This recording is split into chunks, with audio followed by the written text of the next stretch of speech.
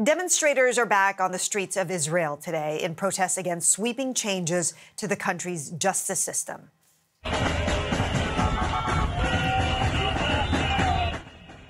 This is new video from a demonstration on a highway near Tel Aviv. Protesters are calling this a day of disruption against Prime Minister Benjamin Netanyahu's plan to overhaul Israel's judiciary. Yesterday, Israel's parliament gave its initial approval to a bill that would limit the power of the Supreme Court.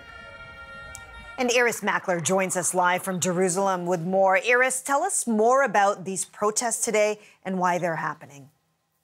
So this morning we've seen thousands of people streaming onto the streets. I'd say the protests are actually erupting onto the streets across the country. Roads are being blocked, including the Jerusalem road just down the road here. And we've seen more violence too, as the police respond with water cannons and make larger scale arrests than we've seen so far. Why? It's because of the voting last night in Israel's parliament on the first stage of the first bill to limit the powers of the Supreme Court.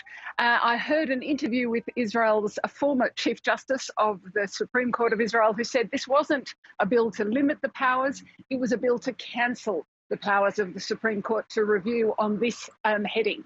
Now, Israel's Justice Minister Yariv Levin, who is the man behind this legislation, who's been pushing it for years actually, he said he conceded he'd made a mistake trying to pass it all in one hit at the beginning.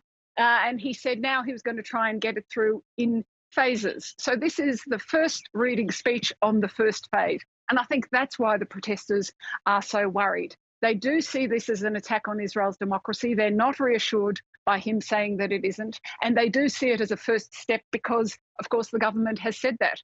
So what we are now waiting for, what we're now seeing, is that the voting will continue. They anticipate this bill will be passed before Parliament ends at the end of the month, and the protests will continue as well.